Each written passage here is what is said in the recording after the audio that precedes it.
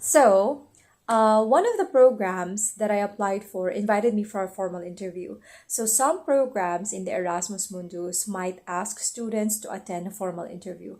I also noticed that usually, because I applied to a lot of programs, right? So, I noticed that the programs that has French universities in it, they usually ask for a formal interview. I don't know why. Maybe it's like standard in France. But among all the programs that I applied for, usually the ones with a consortium that has a French university, they have formal interviews. And so one of the program that I applied for asked me to attend a formal interview, right? So I've heard that there were like about 500 applicants who submitted in the application, and out of those, 78 were shortlisted for a formal interview. And out of those 78, they're only going to accept 15 for the scholarship. So that one is tough. I felt that my chances of getting in is very slim.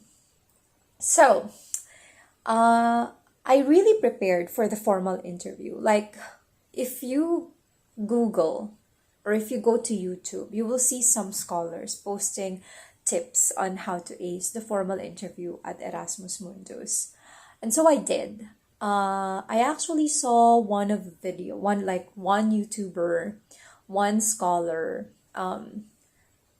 tipping that they will be asked about the motivation, and that's what happened to my interview. So my interview was not long. It was just 15 minutes because they were interviewing 78 applicants. The way it happened in my program is that I think there were only 40 slots, but two panels interviewing simultaneously. So when it happened to me, I scheduled a slot, like I scheduled the earliest slot because I'm in Japan, right? And they are in Europe. So like the earliest scheduled to them is like late here. So I intentionally scheduled for the first time slot of the day. So that's what I did. And I wasn't surprised anymore because again, I practiced and I did my research. I wasn't surprised anymore when they bombarded me with a lot of questions, and I was pretty prepared to answer those questions.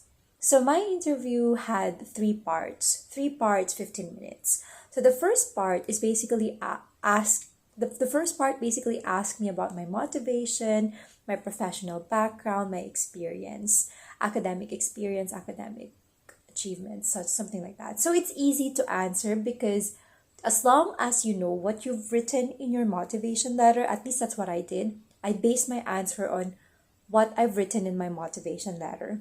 So it was easy for me to answer the question because I know why I applied to this program, which is actually aligned to what I've studied in the past. Because I've always been passionate to studying this to solve a social issue in my country. And I think it's probably interesting. That probably caught their attention because I'm really passionate and genuine about solving this specific issue in my home country that until now we haven't done so because we don't have enough infrastructure and funding. So maybe that got their attention. And also one more thing, I knew that the interviewers or the panel, at least the committee, the academic committee, was from the French university. So in my introduction, I introduced myself in French. I don't know if that matters or something, but I think it shows personality. And I really want my goal there was like to catch their attention. I want them to remember me, that I am open to this. I am willing to learn a new language. I am ready to take on a new adventure and to study in a French university. Even though I don't speak the language, I'm trying to learn it as early as now. So I wanted to show that. And another thing that I did in the first part of the interview was, again, I basically aligned it with like social issues that are prevalent in my home country, because maybe they want something like this in, these kinds of programs are woke programs. So if you align this with social issues, it catches the attention of the panel. So done with the first part. The second part was rough. So this program deals with physics, material science, and sustainability. They ask me technical questions about material science and physics.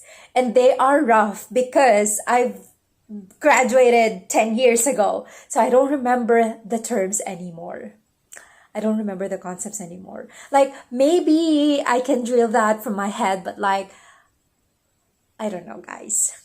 If you nitpick questions from quantum physics, I'm not going to be able to answer any of that anymore.